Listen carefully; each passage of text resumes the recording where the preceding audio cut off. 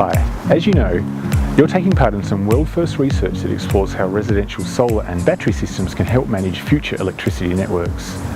Throughout 2018, we'll be using your batteries to manage the network on Bruni, and we'd like you to have a good understanding of what that means.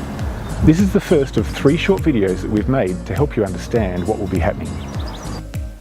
Your house is fitted with solar panels, which generate electrical energy, and a smart battery system, which can store energy. The energy is used by you during your normal daily activities at home, but during the trials will occasionally be used by us. We've developed advanced computer software that enables us to predict when we'll need to use each of your batteries and how much we'll need to use them. And we'll be paying you to use your batteries via 2 distinct payment types. As part of the research, we'd like to understand how you feel about these 2 different payment types, and so we'd like you to understand them well in advance of the trials actually taking place. So firstly, let's recap on a few features of your installed system. Your PV panels convert sunlight into electrical energy, and on a sunny day would typically generate more electrical energy than you would use in your home, which is why you've got a battery. So the battery can store the electrical energy from your PV panels for later use. But the capacity of the battery is quite small, so it may typically only be able to store about half of your energy needs. So sometimes when it isn't very sunny, for example, your battery will take electricity from the grid, which you can then use later on. And there are other instances too, for example, when your battery is empty or is about to be emptied, that it will also take electricity from the grid. And this all happens automatically for you with the system that you have installed. So the rate at which energy is supplied to your home is to do with the size of your battery, but also the size of your inverter.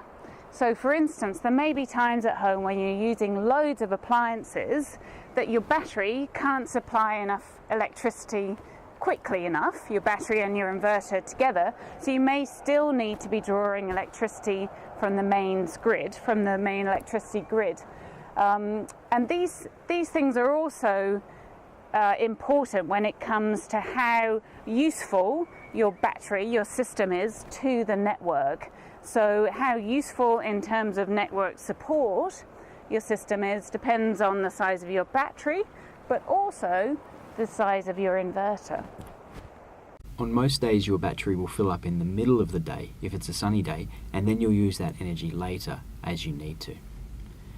But on some days when we expect a large peak load on the island, which might be 15 or 20 times a year, we'd like to use some of the energy stored in your battery to support the network.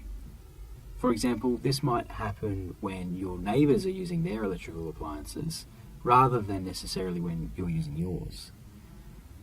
Of course, we'd like to pay you for this and make sure that you would never be worse off than if we'd not used the energy stored in your battery at all. We're interested in 2 different ways of arranging and paying you for this use of your battery, and we'll be using one in the first half of next year and then swap to the other in the second half. We're also seeking your feedback during the trial to see what you think of the 2 different methods. We've prepared a short video explaining how these 2 methods of paying you for your battery use will work. You can go and watch them now, and then maybe come back and watch them later as a reminder.